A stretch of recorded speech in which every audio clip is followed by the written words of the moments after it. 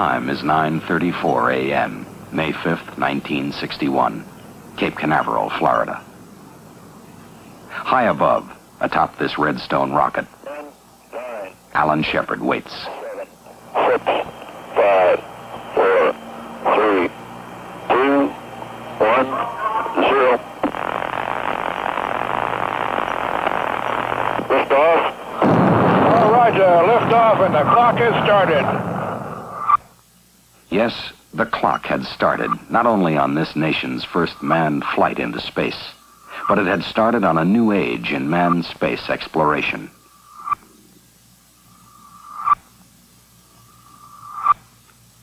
Within 3 weeks, President Kennedy had charted our course. The landing of men on the moon before the end of the decade.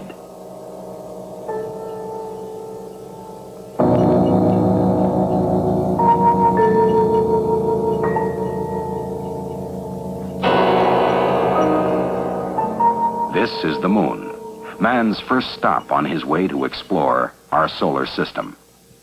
To get there and return successfully before 1970 is the primary objective of NASA's Project Apollo.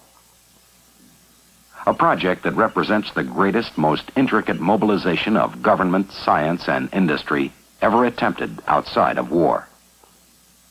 An immense scientific program in which the United States will invest some $20 billion before it is achieved.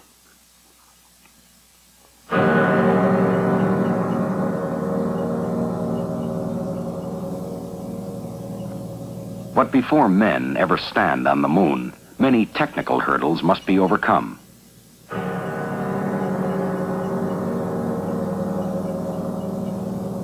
The steps remaining parallel the steps undertaken in the development of aviation. Project Mercury put us through the Kitty Hawk stage in space. Our second step, Project Gemini. The Gemini spacecraft has 50% more working area inside than the Mercury spacecraft has. The schedule? Flights to begin in 1964. This modified Titan II, with a thrust of 430,000 pounds, will hurl 2 men into orbit for periods of a week, maybe longer.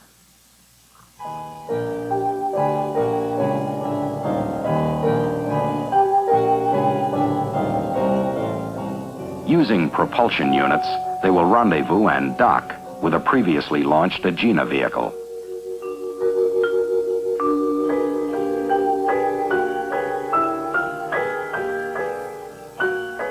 This experience is an essential step toward Project Apollo and the moon. Its most urgent engineering challenge, the development of a launch vehicle capable of hurtling some 45 tons of men and material to a point 250,000 miles away. More powerful than anything produced in the United States or Russia to date. During the Apollo program, NASA will use 3 different launch vehicles: Saturn I, Saturn 1B, and Saturn V. Saturn I is a 2-stage launch vehicle. Its first stage has a total thrust of 1.5 million pounds.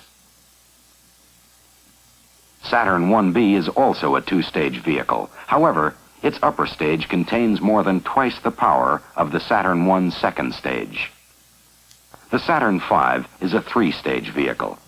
It has a booster thrust of 7.5 million pounds, enough power to put 80 Mercury capsules in orbit, or to send the equivalent weight of 2 freight cars to the moon. The Apollo spacecraft consists of 3 modules. The command module is the basic unit of the spacecraft. It carries 3 astronauts, houses the life support system, guidance system, and the navigation and communication system. The service module carries a propulsion engine for trans-lunar flight. The Lunar excursion module is the only portion of the spacecraft that will land on the moon. Each phase of Project Apollo is keyed to one of the 3 launch vehicles. During the first phase of the project, the command and service modules will be launched into Earth orbit. These flights begin in calendar year 1965.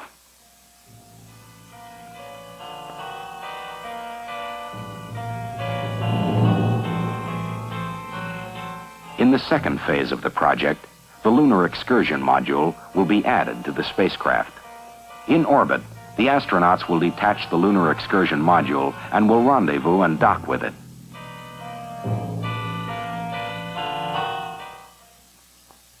In phase 3 of the project, NASA will use a new concept for assembling the Saturn V in a vertical position. Assembly will take place in a building over 50 stories high. Here, Apollo and Saturn V will be assembled.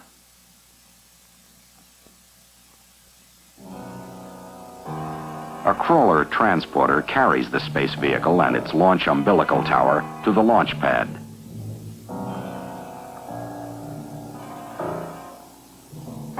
When all of the preparations have been completed, the final objective, the journey to the moon, will be attempted.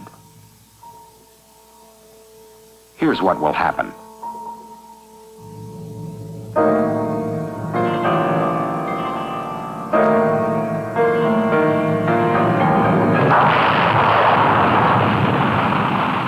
Two and a half minutes after liftoff, the second stage ignites. Immediately after this, the launch escape system is jettisoned.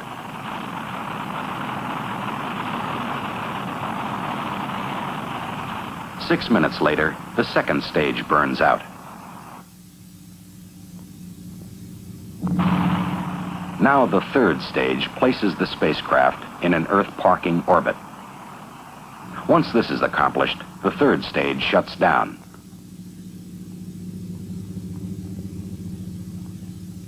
At this position in the Earth orbit, the third stage engine reignites, propelling the spacecraft into a lunar trajectory. Reaching escape velocity, fairings are jettisoned.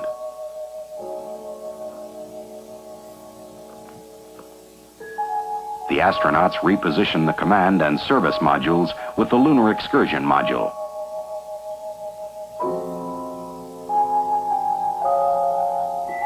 En route, the crew will have many tasks to perform. If mid-course corrections are necessary, they will fire the service engine, putting their spacecraft on the proper trajectory. Their journey to the moon will take 3 days. The astronauts will use the propulsion system in the service module to slow down to lunar capture speed. They will enter a circular orbit approximately 100 nautical miles above the moon's surface. Sometime later, 2 of the men will crawl into the Lunar Excursion Module, known as the LEM. When all is ready, they will detach the LEM from the command and service modules. The command and service modules remain in lunar orbit. Now they make their approach, positioning their craft in the proper landing attitude.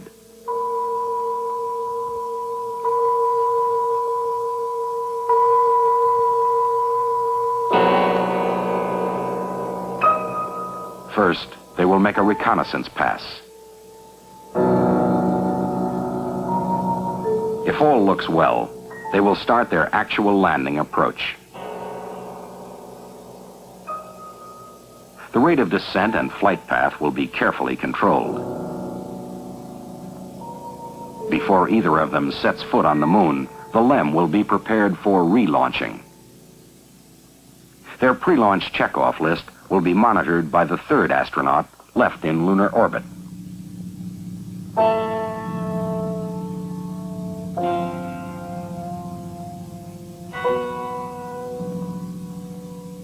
On the moon, the 2 astronauts will photograph and sample the lunar surface.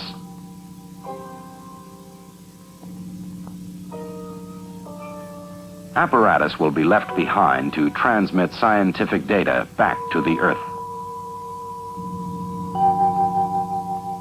All told, the astronauts will explore the moon for about 1 day.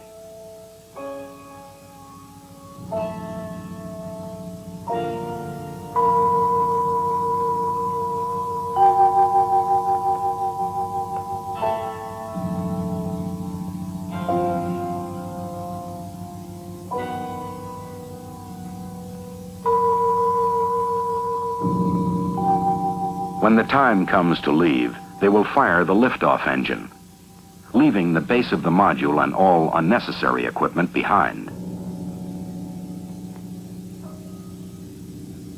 Their launch must be timed to permit rendezvous with the command module.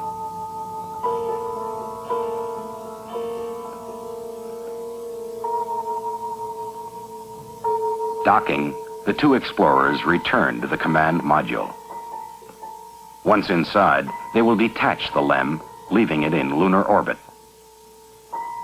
When everything checks out, the astronauts will fire the service module for the return trip to Earth.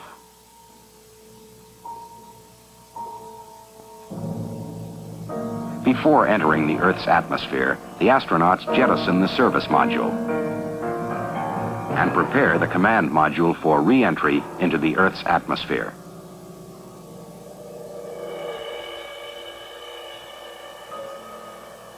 Parachutes will now gently lower the command module.